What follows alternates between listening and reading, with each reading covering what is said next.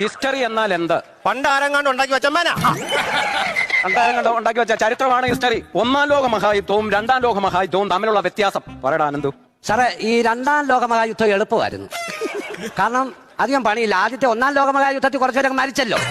ഒരു 4 മണി ആയപ്പോഴത്തേനും എല്ലാ പരിപാടി ഒതുക്കി വാളും എല്ലാം കഴുകി വെച്ച് അവർ 4 ആയപ്പോഴത്തേനും എല്ലാവരും വീട്ടിൽ വന്നു. പിന്നെ സാർ ഒന്നുകൂടെ, ഒന്നാം ലോക മഹായുദ്ധത്തിൽ പങ്കെടുത്തവർ രണ്ടാം ലോക മഹായുദ്ധത്തിൽ ഇല്ലായിരുന്നു. ഇന്ത്യയുടെ ധീര വനിത ആര്? Special pass. ഝാൻസി റാന്നി. സാറേ, ഇത് ധീരവനിതയാണെന്ന് എനിക്കറിയാം. ഞങ്ങളുടെ നാട്ടുകാരാന്ന് ഞാനിപ്പോഴാണ് അറിയുന്നത്.